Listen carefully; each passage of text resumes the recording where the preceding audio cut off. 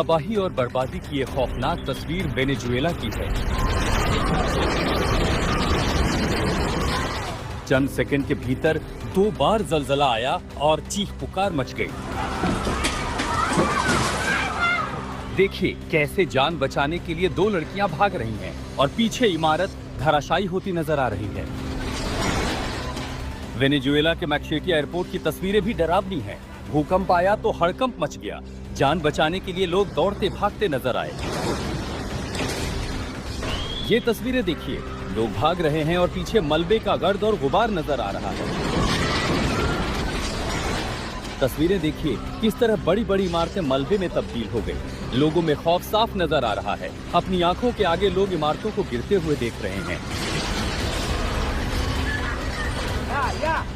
भूकंप शाम के वक्त आया जब आमतौर पर बाजारों और अन्य कारोबारी जगहों पर चहल पहल होती है, लेकिन अब वहां सिर्फ खौफ और सन्नाटा पसरा है। जब भूकंप आया तो बहुत से लोग अपने घरों में छुट्टी मना रहे थे। ये छुट्टी 1821 की उस सैन्य जीत की याद में थी जिससे वेनेजुएला को स्पेन से आजादी मिली थी। तस्वीरें आ रही हैं, उसमें साफ दिख रहा है कि एक बड़ा रिहायशी इलाका भूकंप की चपेट में आया है। राजधानी 22 मंजिला इमारत का जो हिस्सा कुछ घंटे पहले तक लोगों का घर था, अब सिर्फ टूटे हुए कंक्रीट लोहे का ढेर बन चुका था। एक व्यक्ति सड़क किनारे खड़ा रो रहा था। उसके आंसू बता रहे थे शायद उसने सब कुछ खो दिया। और इसी दर्द, डर और तबाही के बीच एक सवाल हर किसी के जहन में था, क्या उनके अपने लोग अभी भी मलबे के अंदर जिंदा हैं? मेट्रो स्टेशन, मॉल, सड़कें, रिहायशी इलाके, हर जगह तबाही का ऐसा मंजर दिखाई दिया कि लोगों के रोंगटे खड़े हो गए।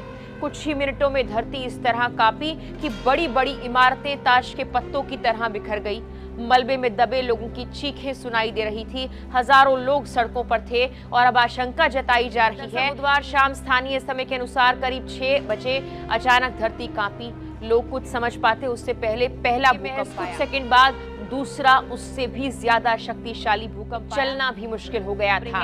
सोशल मीडिया पर भी कुछ वीडियोस वायरल हो रही हैं और तस्वीरों में भी कई बहुमंजिला इमारतें बुरी तरह क्षतिग्रस्त दिखाई दी।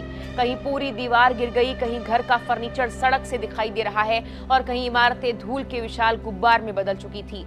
सबसे ज्यादा नुकसान राजधानी के लॉस पालोस ग्रांडेस के अल्तामीरा इलाकों में बताया जा रहा है। यही वो इलाके हैं जो घंटों में सरकार की तरफ से मौतों और घायलों की संख्या को लेकर कोई साफ जानकारी नहीं दी गई। इस वजह से लोगों और विपक्षी नेताओं ने सरकार की काफी आलोचना की। कहा गया इतनी बड़ी आपदा के बाद 3 घंटे तक जनता को कोई आधिकारिक जानकारी नहीं दी गई, न ही उनसे कुछ कहा गया। लेकिन सबसे बड़ी चिंता अब उस चेतावनी को लेकर है जो यूएसजीएस ने चेतावनी जारी कर दी गई। हालांकि बाद में इसे वापस